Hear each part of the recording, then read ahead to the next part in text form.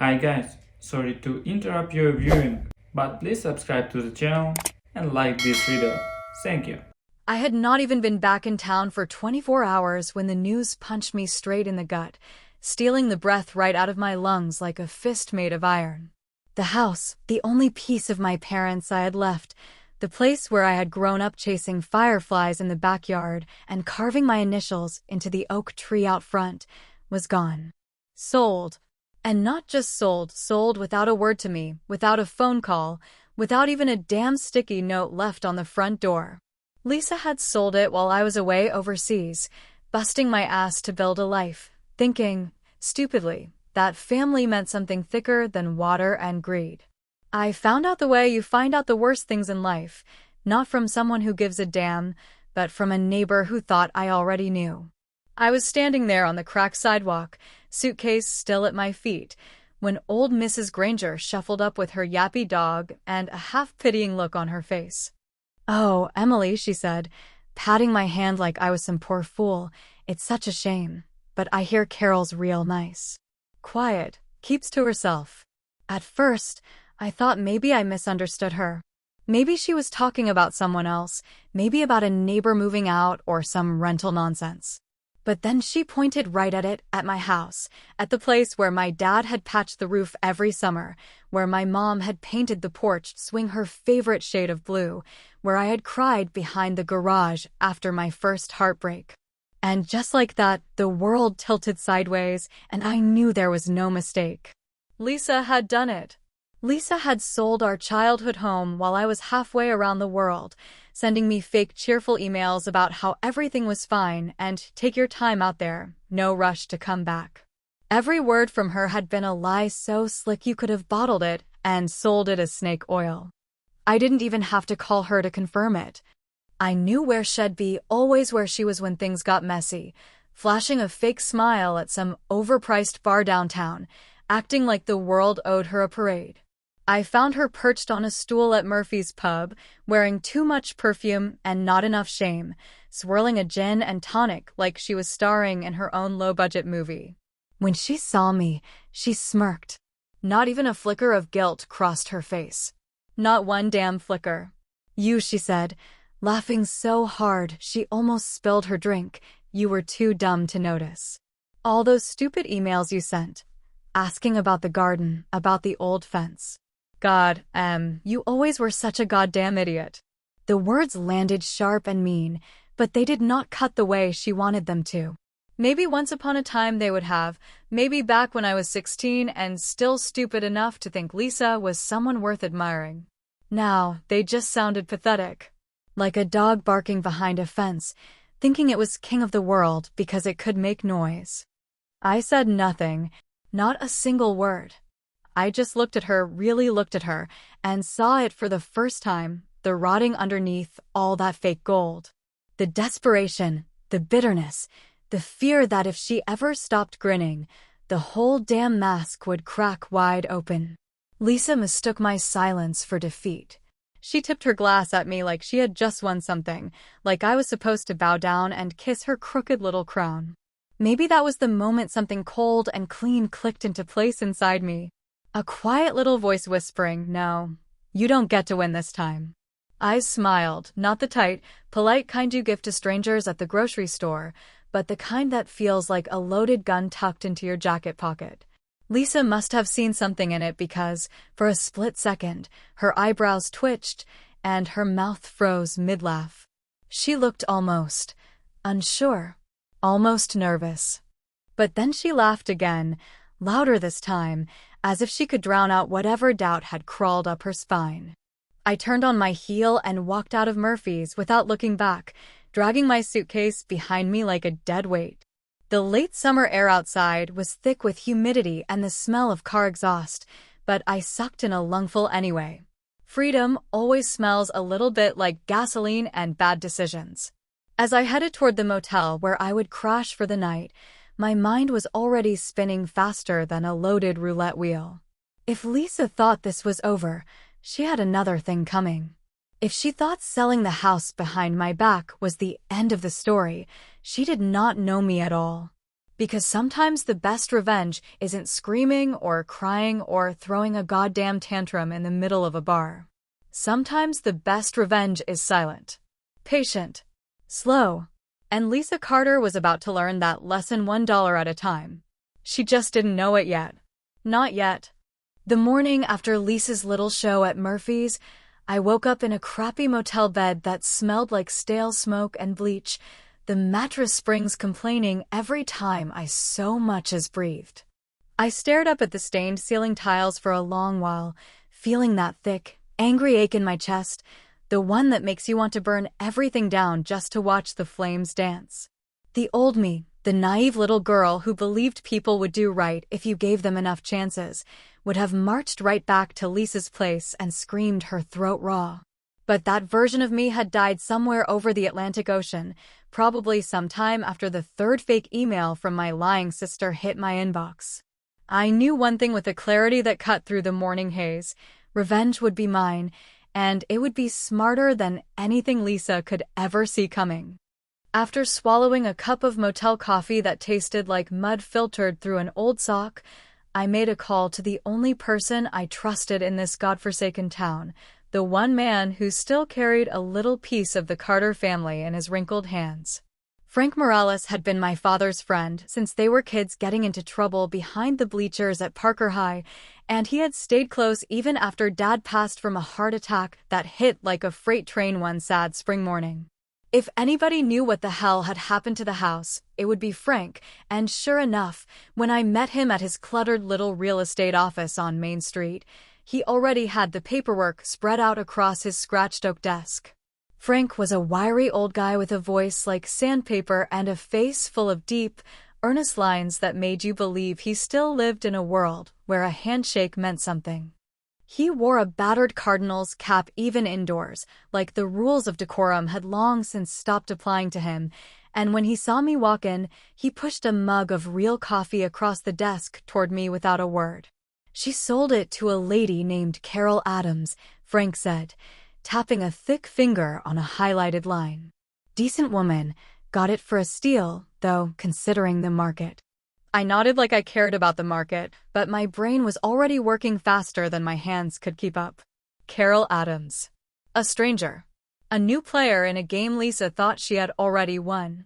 I drummed my fingers against the chipped edge of Frank's desk, chewing on the inside of my cheek, feeling that familiar itch, that hunger for something more than just petty arguments or broken plates thrown in rage. "What if," I said slowly, tasting the words like they were foreign, "what if someone bought Carol's mortgage?" I could feel Frank's sharp eyes studying me, weighing me like a butcher weighing a slab of meat. After a long moment, he leaned back in his chair and gave a slow, deliberate nod. "You'd need some cash on hand," he said, scratching the back of his neck, "but it's doable. Might take a little finagling. Not exactly the kind of thing people advertise in the Sunday paper." My hands were already sweating, but I grinned anyway. For the first time in a long damn while, I felt like the pieces were starting to slide into place. I told Frank I had the money, savings from years of working double shifts overseas, squirreled away while Lisa blew every dollar she ever touched on things like designer handbags and weekends in Cancun she could not even pronounce properly. He handed me a stack of documents to review, and for a moment, the sight of my old address printed there, my real home, hit me so hard I had to blink away the sting. I closed my eyes, and for a second, it was like I was back there, 10 years old, lying in the backyard grass with fireflies dancing above me, my parents' laughter floating through the open kitchen window. I remembered the way the porch floorboards creaked under my bare feet, the smell of fresh-cut grass, the stubborn way my father insisted on fixing every goddamn thing himself even when it would have been easier to call a repairman.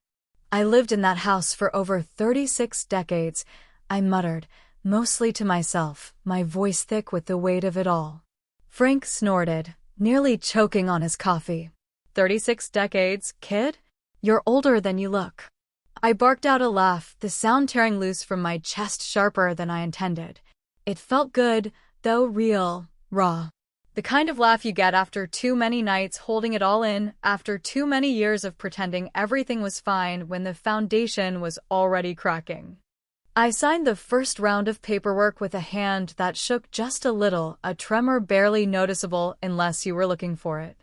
Frank kept things moving, talking me through the steps, the loans, the legal loopholes, but I barely heard him over the pounding in my ears. This was it. This was how it started, not with a scream or a slammed door, but with a pen scratching against cheap printer paper under buzzing fluorescent lights.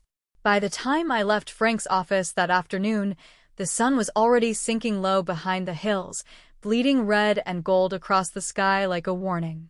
I clutched the folder of documents to my chest like it was a life raft and forced myself to keep walking, one step at a time, feeling the plan bloom inside me like a dark, beautiful thing. Lisa thought she had gutted me, left me broken and stupid and scrambling. But she was about to learn the same hard lesson my father once taught me with a steel gaze and calloused hands. Never count out a Carter when there's something left to fight for. And this fight had just begun. 2 weeks after the ink dried on the last page of mortgage transfer documents, I found myself standing across the street from my old house, arms crossed tightly over my chest, watching the new dance of comings and goings. It was a strange thing, like watching a ghost haunt your own past, seeing Carol Adams bustle out every morning with a tote bag and a determined look, like she could somehow erase the echoes of our family without even knowing they were there. I kept my distance, stayed out of sight, just a shadow blending into the background, but every time I spotted Lisa's battered white sedan pulling into the driveway, my heart gave an ugly twist. Lisa had not changed a damn bit. She still walked like she owned the whole damn street, head high, phone glued to her ear, sunglasses perched on her nose even on cloudy days, like she was somebody important. What she did not know, what she never even thought to check, was that she was no longer riding on her charm and bullshit alone.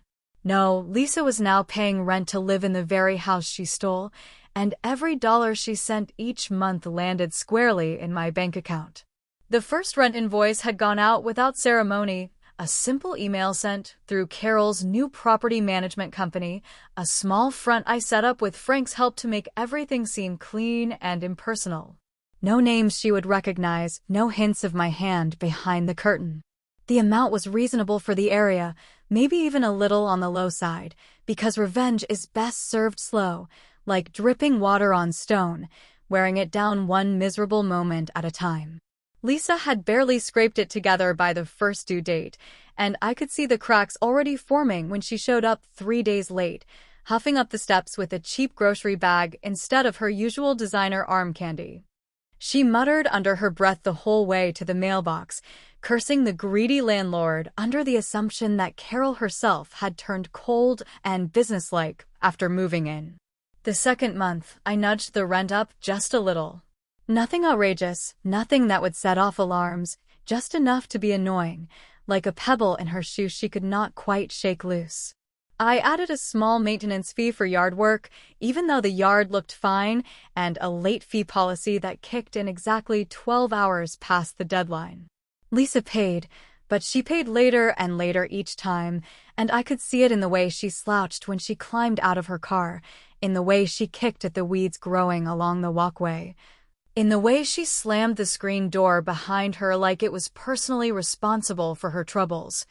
One afternoon, I made the mistake of ducking into Murphy's for a burger. Old habits die hard, and I heard her before I saw her, that grating voice carrying across the bar like nails on a chalkboard. Lisa was perched at the end of the counter, nursing a cheap beer and holding court like she always did, whining loud enough for the whole damn room to hear about how unfair life was treating her. "Can you believe it?" she griped, tossing her blonde hair like some washed-up beauty queen. "This new landlord's a real greedy prick, man. Keeps jacking up the rent like it's goddamn Manhattan or something. I'm telling you, they're trying to squeeze me out." I sat 2 stools down, hidden under the brim of my ball cap, savoring every bitter word like a fine wine. There was something so deeply satisfying about hearing her complain about the trap she had built herself, unaware that every inch she moved made the walls close tighter. I kept my face neutral, kept my mouth shut, because nothing would spoil the flavor of the sweet, slow burn like tipping my hand too soon. She went on for a while, getting drunker and louder, spinning stories about the injustice of it all, about how she had been forced to sell some of her jewelry just to make ends meet. I had to bite the inside of my cheek to keep from laughing when she said it, remembering the cheap gold trinkets she used to flaunt like they were worth a damn, like anyone with half a brain could not spot costume jewelry from a mile away. When she finally stumbled out of the bar and into the evening air, I waited a full 10 minutes before settling my tab and heading out myself. I did not want to risk her seeing me and connecting dots her booze-soaked brain might otherwise miss. Revenge is not just about patience. It is about precision, about making sure every piece fits exactly where you need it before you pull the trigger. That night, as I walked past my old house under the cover of darkness, I spotted something fluttering against the mailbox, taped there in Lisa's familiar scrawl. It was a note, barely clinging on against the breeze, the ink smudged from either sloppy writing or the start of a rainstorm brewing overhead. Unfair rent hikes are illegal, the note read, underlined twice in angry red pen. You'll be hearing from my lawyer. I stood there for a long moment, letting the words sink in, letting the absurdity of it all wash over me. Lisa, who had lied, cheated, and stolen without a flicker of shame, was now crying foul because someone had the audacity to play her own game better than she ever could. It would have been hilarious if it had not been so pitiful. I plucked the note from the mailbox, folded it neatly, and tucked it into my jacket pocket. A souvenir. A reminder that this game was still just getting started. Lisa could lawyer up all she wanted. She could whine and scream and kick at the walls, but it would not save her. Not this time. Not with me pulling the strings. And the best part? She still had no idea who was really holding the knife. There are moments in life when you realize that winning is not a single, shining event, but a long, grinding process of patience, persistence, and a little cruelty sharpened into a blade. That first rent note taped to the mailbox was just the beginning, just the opening move in a game I had spent my whole life unknowingly preparing for, and as I folded it neatly into a drawer in my motel room, I made a quiet promise to myself that Lisa Carter was going to feel every ounce of what she had earned. By the start of the third month, the new rent increase went out, this time with an additional property maintenance fee that justified itself in fine print so tight you needed a magnifying glass to pick through it. I threw in a few charges for minor repairs, things like fixing the leaky faucet in the kitchen and repainting the back fence, repairs that either never happened or were so cosmetic it was laughable. The truth was, the house was in good enough shape. My parents had seen to that with the kind of stubbornness that only old-fashioned pride could breed, but Lisa did not know the difference, not really. She had never cared about the bones of the place, only the parts she could parade around to impress people who never stayed in her life long enough to care.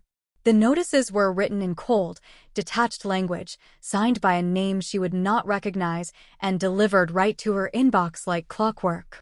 It was almost too easy, watching the late fees start to stack up, the penalties pile one atop the other like a slow, deliberate landslide she could not outrun.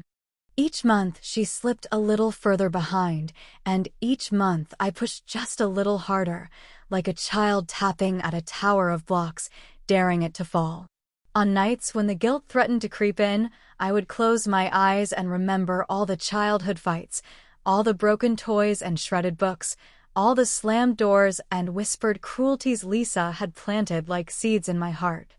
I remembered the Christmas she threw a fit because she wanted the bigger bedroom, and my parents, worn down from too many double shifts and too little sleep, caved just to keep the peace. I remembered the way she had mocked me in front of my first boyfriend, turning something tender and new into something twisted and shameful with just a few cutting words. Lisa had spent a lifetime teaching me that kindness was weakness, that love was a weapon best wielded by the one willing to draw blood first. So, if I felt the stirrings of sympathy now, I strangled them before they could take root, feeding my resolve with the bitter fruits she had cultivated for decades. By the 5th month, Lisa was late more often than she was on time, and when she did scrape together the rent, it came in dribs and drabs, money orders, half-written checks, crumpled bills stuffed into cheap envelopes that smelled like desperation and cheap perfume. Word around town was she had started pawning her jewelry, the same glittering junk she used to flaunt like armor against the world. I heard from Frank that she had even sold her car, trading down to an ancient rust bucket that rattled so loud it could be heard coming from 3 blocks away. I watched it all from a distance, never interfering, never gloating, just silently observing as Lisa's little empire of lies and illusions crumbled piece by piece. I had spent years learning how to hide my real feelings, how to swallow hurt and anger until it turned into something sharp and useful, and now it was second nature. Every time I saw her stumble under the weight of the consequences she had sown with her own greedy hands, I felt that cold, clean satisfaction tighten its grip around my heart. It was a Wednesday night when the whole sorry mess finally spilled right onto my front step. I was dozing in the lumpy armchair of my motel room, an old movie muttering in the background, when a furious banging rattled the door.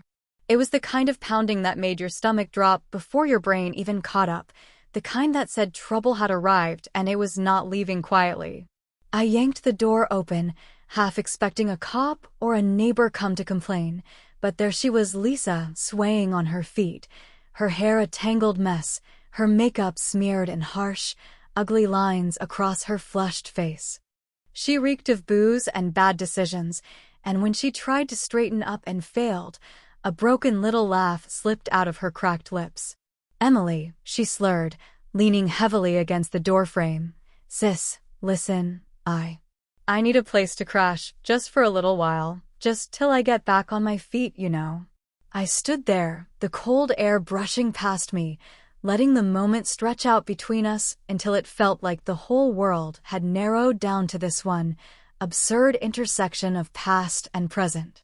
Lisa, who had sold the roof over my head without a second thought, now stood on my doorstep, homeless and desperate, asking for mercy she had never once offered anyone else.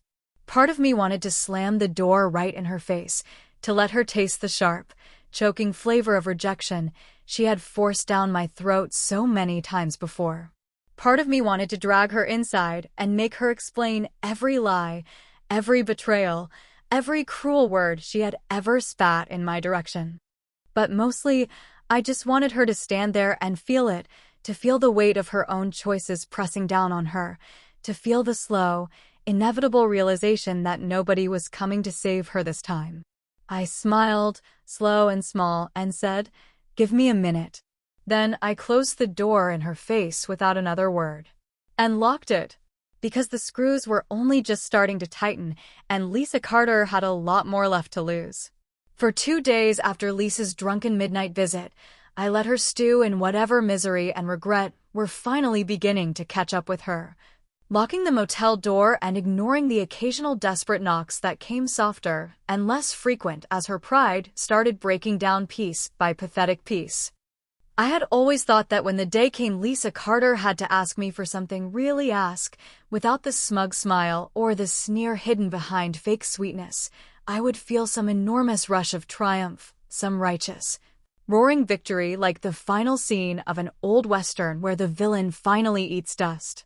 But standing there behind the door, listening to her voice crack with something that might have been real fear, I felt no great satisfaction, only a heavy, hollow kind of weariness that sank into my bones.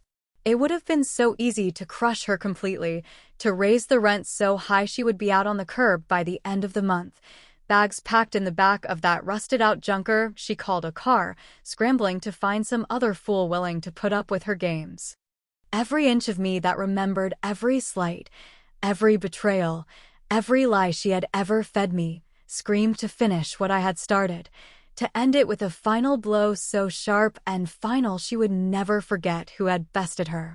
But another part, a quieter, older part of me, hesitated. Revenge is a funny thing. It always tastes sweeter in the planning than it does in the taking, and somewhere deep down, I could feel that truth rubbing against my anger like sandpaper, wearing down my certainty with each hour that passed. The decision was almost made for me when Frank called late one evening, his voice rough with something he would not quite name. He told me Lisa had stopped by his office that afternoon, half sober and full of nervous, jittery energy, the way a cornered animal looks just before it bolts. She had come under the pretense of asking about rental rights, hoping to find some loophole to stop the rising costs strangling her, but somehow, maybe because Frank had known her since she was knee-high, maybe because guilt has a way of slipping out sideways when you least expect it, she started talking. Frank said she talked for nearly 20 minutes straight, barely stopping for breath, the words spilling out faster than her brain could censor them. She told him everything, how she had lied to me, how she had forged the sale documents by getting a shady notary to look the other way, how she had laughed about it afterward, thinking it was some grand cosmic joke played at my expense. But then, in the final stretch, her voice cracked and the old bravado broke apart like thin ice under too much weight. She said she regrets it, Frank told me, his voice low, almost reluctant.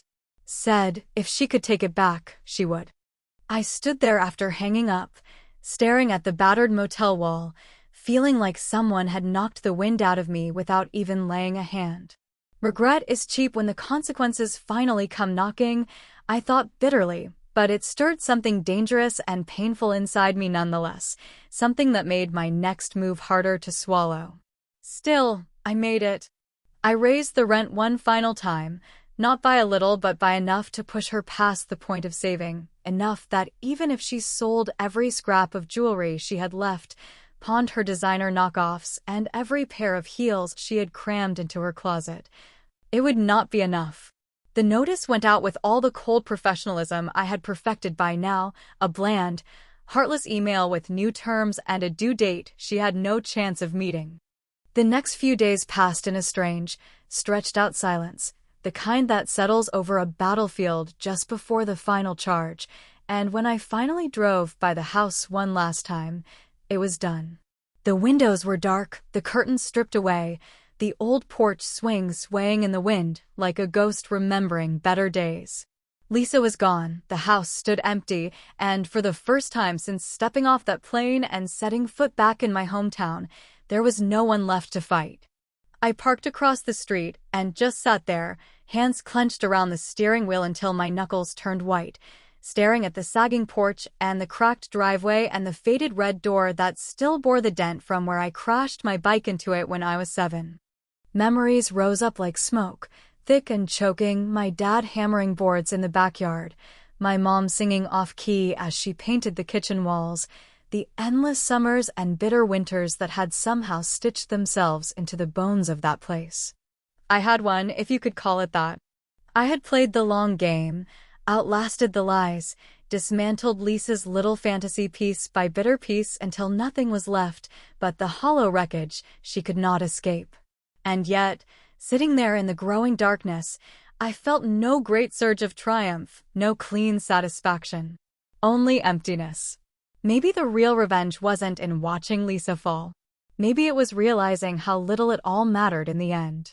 How the house, the past, even the memories themselves were just shadows you could never quite grasp, no matter how tightly you tried to hold on. I stayed there for a long time, long enough that the streetlights flickered on one by one and the chill of night seeped into the car. Finally, I got out, walking slowly across the cracked pavement, running my fingers along the old mailbox where Lisa's angry notes used to flutter like flags of surrender. I rested my hand against the porch railing, feeling the worn wood rough under my skin, and for the first time in months, I let myself breathe. In the distance, a dog barked, a siren wailed, life went on. I stood there on that empty porch, staring out into the dark, my face unreadable. Was it a smile tugging at the corner of my mouth, or just another crack in a heart that had been broken one too many times? Even I couldn't tell anymore. And maybe, just maybe, that was the final victory after all.